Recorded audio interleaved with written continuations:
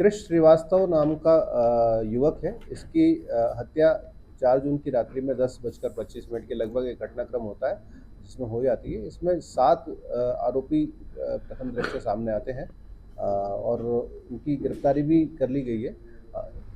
कृष श्रीवास्तव का 4-5 दिन पहले, लगभग 10 दिन पहले 22-23 मई के आसपास की बात है, झगड़ा होता है, कहासुनी होती है अनिकेत पाल से।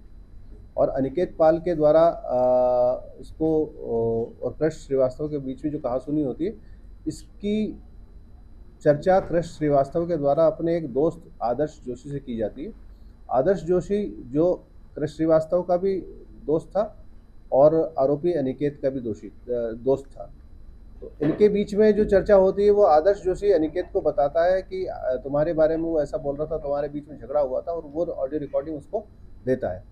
फिर 4 जून की रात्रि में आदर्श जोशी ही कृष श्रीवास्तव को बोलता है कि तुम वहाँ पहुँचो, हम आ रहे हैं चाय पीने के लिए, जो घटना स्थल है उस स्थान पर।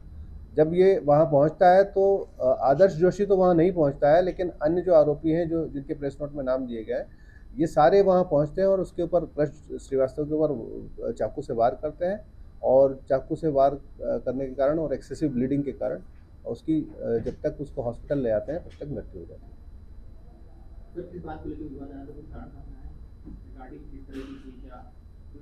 जो 22 या 23 मई को जो इनके बीच में कहासुनी हुई थी, उस कहासुनी में इसने मृतक के द्वारा उनको जो भी कहा था, उस आधार पे आदर्श जोशी के साथ जो बात होती मृतक की, उसमें उसने कहा था कि अनिकेत की फील्डिंग करना पड़ेगी, मतलब हम अनिकेत के साथ मारपीट करेंगे आगे चल के, इस तरह का उसका कुछ भाव रहा होगा। रिकॉर्डिंग में अनिकेत की फील्डिंग करना पड़ेगी। पूर्व में उस आरोपियों को कोई लिखा नहीं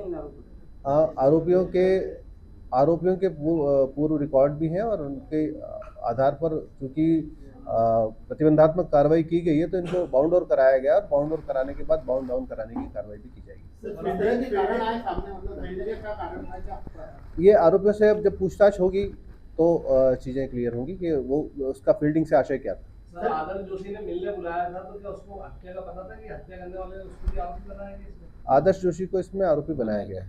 सर, इसमें रिकॉर्डिंग का जिक्र किया गया है कि रिकॉर्डिंग सुनकर उसको हत्या को अंजाम दिया, तो रिकॉर्डिंग में किस तरह की बात सुनकर उसने प्लान किया? रिकॉर्डिंग को पूर्णतः सत्य न मानते हुए पहले हम उसका परीक्षण कराएंगे, FSL परीक्षण, और उसके बाद ही उसको ओपन करेंगे। अभी वर्तमान में हमने इस चीज़ को आधार बनाया है कि आदर्श जोशी के बुलाने पर ये वहाँ पहुँचा था, और आदर्श जोशी तो वहाँ नहीं पहुँचा, बाकी आरोपी वहाँ पहुँच करके उन्होंने मर्डर किया है, तो उनको आरोपी बनाया गया। सर, एक के बाद एक ही थाना क्षेत्र में 2 हत्याकांड की घटना एक ही दिन में घटी थी, कहीं किसी तरह की कोई लापरवाही या कोई कमजोरी?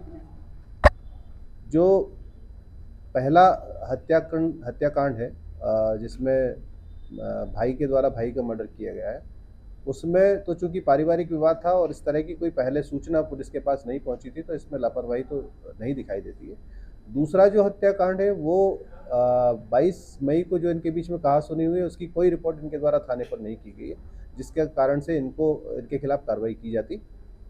तो उसमें जो आरोपीगण हैं हत्याकांड के, उनके खिलाफ प्रतिबंधात्मक कार्रवाई पहले से की हुई है और उनको बाउंड ओवर कराया गया है। तो स्पष्टतः कोई लापरवाही इसमें पुलिस की नहीं है।